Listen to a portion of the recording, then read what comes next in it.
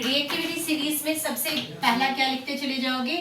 केदारनाथ का महंगा आलू जरा फीका नहीं, सही पका है, सही पका है,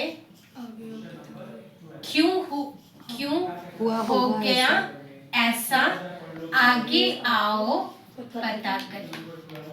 बस ये आपने याद रखना है, ठीक है जी। तो यानी कि जो आपका ये है पोटेशियम है, सोडियम है, ये मोस्ट रिएक्टिव मेटल है। क्या है ये? Most reactive metal. अब मोस्ट रिएक्टिव मेटल का क्या मतलब है कि इनको, और साथ में ना एक और चीज है, तुम्हारी बुक में ये नया ऐड हुआ था, लिथियम भी याद रखो।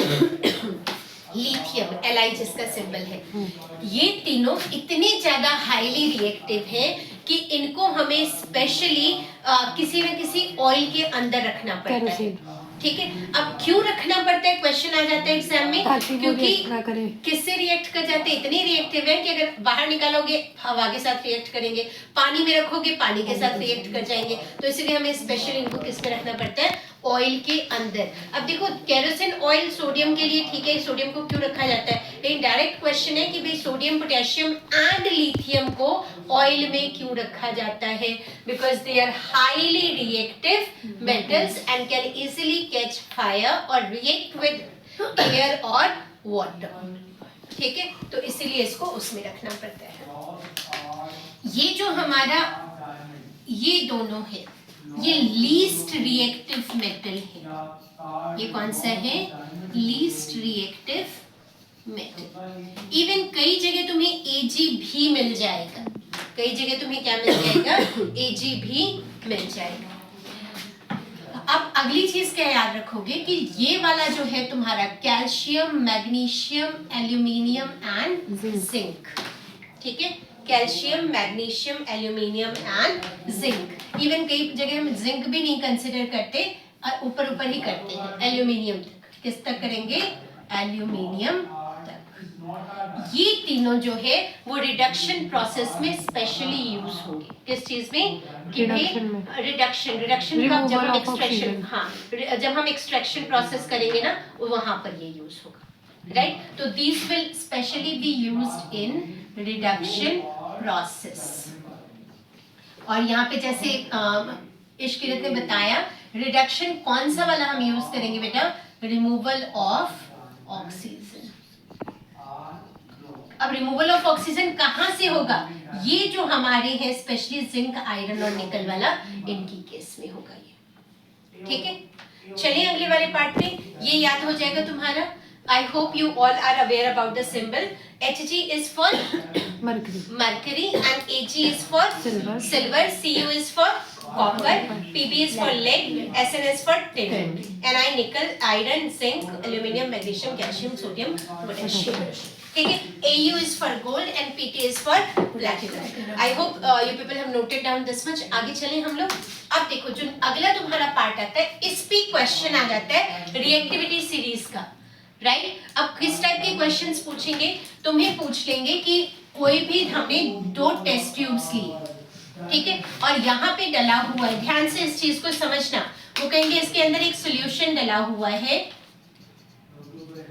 या तो ये टेस्ट ट्यूब के फॉर्म में या किसी भी फॉर्म में, और ये सॉल्यूशन का जो कलर है कॉपर सल्फेट डला हुआ है। ये सॉल्यूशन कौन सा डला हुआ है हमारा? कॉपर सल्फेट, ठीक है।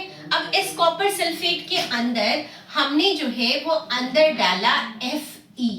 क्या डाला? Fe, fine. और Fe डालने के बाद हमने पहला कि इसमें कलर चेंज क्या होगा, पहला कि इसमें कलर चेंज क्या होगा, ठीक है, और नया प्रोडक्ट क्या फॉर्म होगा, उसका कंप्लीट रिएक्शन लिखो। दूसरा, वो 1 मिनट के लिए रुक जाओ, और दूसरा उन्होंने बोला कि यहाँ पे हमने सिल्वर गिरा दिया। क्या गिरा दिया? सिल्वर गिरा दिया। तो यहाँ पे चेंज क्या होगा? तो याद रखना, देखो छोटी छोटी चीजें जो तुम्हें समझा रही हूँ उसको बस नोट करते जाओ।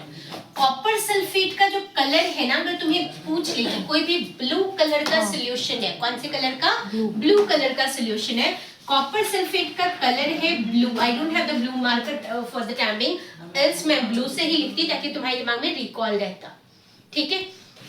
अगर हम उसके अंदर क्या डाल दें, आयरन डाल दें, तो वो तो ग्रीन हो जाएगा। वेरी गुड, तो तुमने ध्यान क्या रखना है कि iron is more reactive than copper. तो कॉपर को वो अपनी जगह से क्या करेगा, जो टॉपर आ जाता है और लेस टॉपर को वो क्या करता है, फर्स्ट पोजीशन ग्रैब कर लेता है ना, तो सेम यहाँ पे वो कॉपर को उसकी जगह से हटा देगा एंड क्या बनाएगा भाई, कॉपर सल्फेट, देखना ये रिएक्शन प्लस Fe साथ में लिखते चले जाओगे, गिव्स राइज टू FeSO4 और रिमूव क्या हो गया हमारा कॉपर। ठीक है, चेंज क्या हुआ भाई, ये हमारा ब्लू कलर का था, किस कलर का था ये, ब्लू, और ये जो हमारा बना ये किस कलर का हो गया, ग्रीन। किस कलर का हो गया, ग्रीन। ठीक है, ये हमारा सॉलिड हो जाएगा, ये हमारा एक्वस हो जाएगा, ठीक है, ये भी हमारा एक्वस हो जाएगा एंड ये वाला हमारा क्या बन जाएगा, सॉलिड। डन, पक्का। अब अगला पार्ट कहा कि Ag को अगर हम कॉपर सल्फेट में डालें तो क्या होगा, कोई रिएक्शन नहीं होगा। क्यों नहीं होगा कोई रिएक्शन, तो यहाँ पे लिख दोगे नो रिएक्शन। क्या लिखोगे, नो रिएक्शन एज, क्या लिखोगे, Ag is less reactive than copper. Ag is less reactive than copper. अब क्लियर हो गया रिएक्टिविटी सीरीज पर कैसे क्वेश्चन आते हैं। अब यहीं पे अगर तुमसे पूछ ले कि फर्दर जो ये सॉल्यूशन बना उसके अंदर देखो तुम्हें सिर्फ कलर बता रहा है कि एक सॉल्यूशन है जिसका कलर कैसा है, ब्लू है, ठीक है, उसमें हमने दूसरा कोई सब्सटेंस Y डाला, देखो कहता है X का सॉल्यूशन है, X सल्फेट है, तो इसके अंदर हमने कौन सी चीज डाल दी, Y डाल दी। अब जो सॉल्यूशन बना उसके अंदर हमने Z डाला, क्या डाल दिया, Z, और Z के डालते ही कलर हो गया कलरलेस, Z के, वेरी गुड, तो क्या चीज डाला हमारा, Z क्या है, zinc.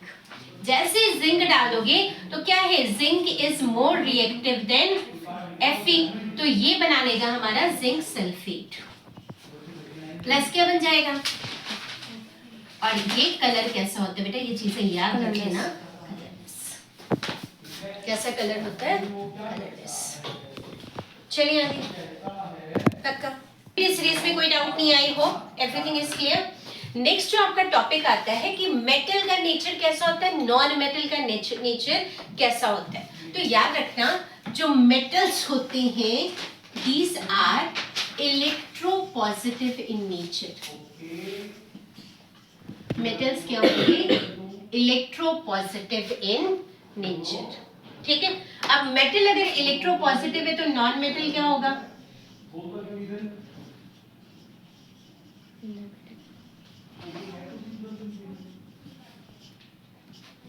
Electronegative in nature.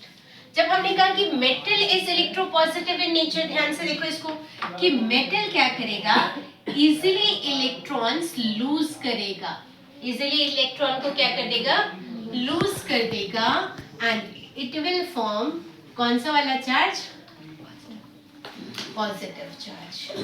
Non metal हमारा क्या करेगा, नॉन मेटल के लिए मैं NM लिख रही हूँ, नॉन मेटल क्या करेगा, गेन इलेक्ट्रॉन करेगा एंड कौन सा चार्ज, नेगेटिव चार्ज बना। इलेक्ट्रोपॉजिटिव और इलेक्ट्रोनेगेटिव का मीनिंग पता लग गया आपको, पक्का। इसके अलावा क्या याद रखोगे कि मेटल रिएक्ट किस किस चीज के साथ करेगा या नॉन मेटल किस किस चीज के साथ रिएक्ट करेगा। तो जो पहला रिएक्शन आता है वो किसके साथ, ऑक्सीजन के साथ, पहला रिएक्शन ऑक्सीजन के साथ। तो दोनों ही क्या बनाएंगे बेटा, ऑक्साइड बनाएंगे। दोनों ही क्या करेंगे, मेटल या नॉन मेटल जब कभी भी एक दूसरे के साथ अटैच होगा, एक दूसरे के साथ नहीं, किसके साथ, ऑक्सीजन के साथ अटैच होगा तो क्या बनाएगा, ऑक्साइड, ठीक है। तो यहाँ पे इसको ना स्पेशली लिख लो, मेटल ऑक्साइड्स आर कौन सा, बेसिक या acidic,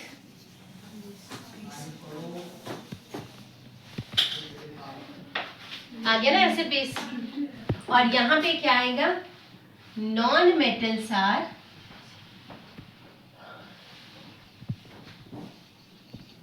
non metal oxides are, even non metal भी लिख सकते हो, क्यों लिख सकते हैं अभी बताऊंगी। एसिडिक इन नेचर, ठीक है जी। अब अगर बेसिक और एसिडिक इन नेचर हम लिख ही रहे हैं तो मुझे ये बताओ कि जो नॉन मेटल्स अपने हैं या मेटल्स अपने हैं, लिटमस, ब्लू लिटमस अगर डिप करें दोनों में तो क्या होगा। ये क्वेश्चंस है ऐसे बेसिक का, बट मेटल नॉन मेटल में भी आ सकता है। मैंने कहा ना कि कुछ पार्ट्स जो हैं वो इंटरमिक्स्ड। तो मेटल ऑक्साइड के अंदर अगर पानी डाल दो और लिटमस पेपर लेकर आओ तो ब्लू हो जाएगा। बेसिक है तो ब्लू ही रहेगा ना, नो चेंज। समझ रहे हो। रेड लिटमस लेकर आओगे तो ब्लू हो जाएगा, रेड लिटमस कैसा हो जाएगा, ब्लू। नॉन मेटल ऑक्साइड में अगर लेकर आओगे तो कैसा हो जाएगा, ब्लू वाला रेड हो जाएगा। जैसे तुम एग्जांपल लेकर सकते हो, कार्बन डाइऑक्साइड क्या बनाएगा, carbonic acid. Sulphur dioxide sulphuric acid, ठीक है। नाइट्रोजन ऑक्साइड नाइट्रिक एसिड, ठीक है। तो नाइट्रोजन जैसे मैंने कहा कार्बन, सल्फर या फिर नाइट्रोजन, ये सब क्या है, नॉन मेटल्स हैं। क्या है ये सब, नॉन मेटल्स। और जिनका भी क्या है, जैसे सोडियम ऑक्साइड, सोडियम हाइड्रोक्साइड क्या बन गया, बेस। तो सोडियम, पोटेशियम, ये सारे क्या आ गए आपके, मेटल्स। ठीक, चलिए अगले पार्ट पे। एक और क्वेश्चन आता है कि कोई एक पार्ट, कोई एक एलिमेंट है जिसका जो एटॉमिक नंबर है वो 9 है या 17 है। कितना है, 17 है। आइडेंटिफाई करो, ये 27 लिखा हो सकता है, 287 लिखा हो सकता है। ये मेटल है कि नॉन मेटल है, नॉन मेटल है, नॉन मेटल है। कैसे याद रखोगे नॉन मेटल है, याद रखना अगर लास्ट शेल में 4 से ऊपर है और 8 से कम है, लास्ट शेल में 4 से ऊपर है 8 से कम है तो वो क्या है, नॉन मेटल। अगर उसमें 1 से लेकर 4 के बीच में यानी 1 से 3 तक है तो वो क्या होगा, मेटल। ठीक है। 5 से 8 नॉन मेटल, 1 से 3 मेटल। याद रहेगा। लास्ट शेल बस देख लेना कि क्या है, ठीक है। डन है। हाइड्रोजन दोनों में ही आ जाता है, बट नॉर्मली हम उसको मेटल के अंदर कंसीडर करते हैं। कॉपर से ऊपर हमारा हाइड्रोजन होता है, कॉपर से ऊपर हमारा क्या होता है, हाइड्रोजन। बट वो इलेक्ट्रोपॉजिटिव और इलेक्ट्रोनेगेटिव दोनों होता है, तो ना तो हम उसको मेटल में कंसीडर करते हैं ना ही नॉन मेटल। ठीक है। यही रीजन है कि यहाँ पे टर्म लिख लो, कॉपर डिल्यूट सल्फ्यूरिक एसिड के साथ नहीं रिएक्ट करता है, ना ही हाइड्रोक्लोरिक एसिड के साथ। ठीक है। बट किसके साथ रिएक्ट करेगा, कॉन्सेंट्रेटेड के साथ करेगा। कॉपर हमेशा किसके साथ रिएक्ट करेगा, कॉन्सेंट्रेटेड के साथ, कॉन्सेंट्रेटेड एसिड के साथ नहीं करता, डिल्यूट। चलिए अगले वाले पार्ट पे। नेक्स्ट जो आपका क्वेश्चन आता है, यहाँ ये टॉपिक अच्छी तरह समझ लेना बेटा, क्योंकि एक बनाएगा ये चीज तुम्हें पता ही है। ठीक है। अगर मेटल तुम्हारा, नॉन मेटल अगर तुम्हारा ऑक्सीजन के साथ करे तो क्या बनेगा, नॉन मेटल ऑक्साइड। ठीक है। एग्जाम्पल तुम्हें अभी एक बार और बता देती हूँ। ये क्या होगा, NaO2 के साथ रिएक्ट किया, क्या बना लेगा, NaO2O। क्या बनाएगा, Na2O। यहाँ पे 2 लिख रहे कि यहाँ पे 4 लिख दें, और यहाँ पे 2 करने जी। उसके बाद तुम्हारे बैलेंसिंग के लिए भी आता है, तो ध्यान रखना है। यहाँ पे क्या लिख सकते हो, सल्फर प्लस क्या बन जाएगा, SO2। नॉर्मली जो नॉन मेटल ऑक्साइड्स होंगे ना वो गैसियस स्टेट में ही होते हैं। नॉन मेटल ऑक्साइड्स किस स्टेट में होंगे, गैसियस स्टेट में। वैसे तो वो भी गैसियस स्टेट में ही होगा, जो ऑक्साइड बनेगा वो गैसियस स्टेट में होगा। अब दूसरा क्या याद रखना है, अगर मेटल आपका किसके साथ रिएक्ट कर रहा है, एसिड के साथ रिएक्ट कर रहा है। अगर मेटल एसिड के साथ रिएक्ट कर रहा है तो बनाएगा क्या, मेटल सॉल्ट। क्या बनाएगा, मेटल सॉल्ट। साथ में गैस रिलीज होगी जो पॉपअप साउंड देती है, हाइड्रोजन नहीं, CO2 कौन बोल रहा है भाई, CO2 नहीं मैम, वो तो वो होती है कार्बोनेट और बाई कार्बोनेट के साथ ही वो रिलीज होगा CO2। मैम वो मिल्की वाली कौन सी होती है? वो CO2 है। ये पॉपअप साउंड है। कौन से साउंड है?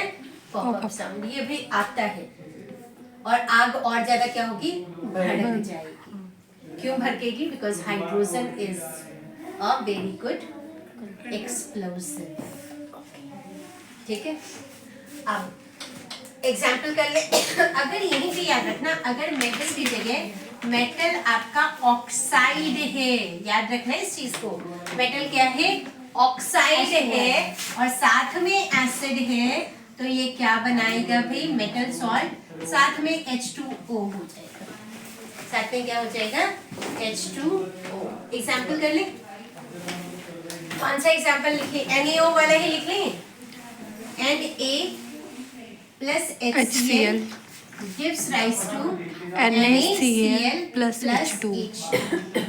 यहाँ पे 2 लिखते हैं और यहाँ पे भी क्या लिखते हैं? 2। ठीक है जी। H2 आपका ये क्या है? गैस है जो बाकी ऊपर की तरफ समझ गए। और ये सॉल्ट है तो सॉलिड स्टेट में होगा आपका। ये आपका एक्वस हो जाएगा, नहीं तो डिसॉल्व ही नहीं हो पाएगा। और सोडियम हमेशा सॉलिड। चलिए अगले पार्ट पे। कोई डाउट? अगला देखो। अभी उसने कुछ ना कुछ ट्रिक मुझसे बाद में देख लेंगे। NaO plus HCl अगर कर दें तो क्या हो जाएगा? NaO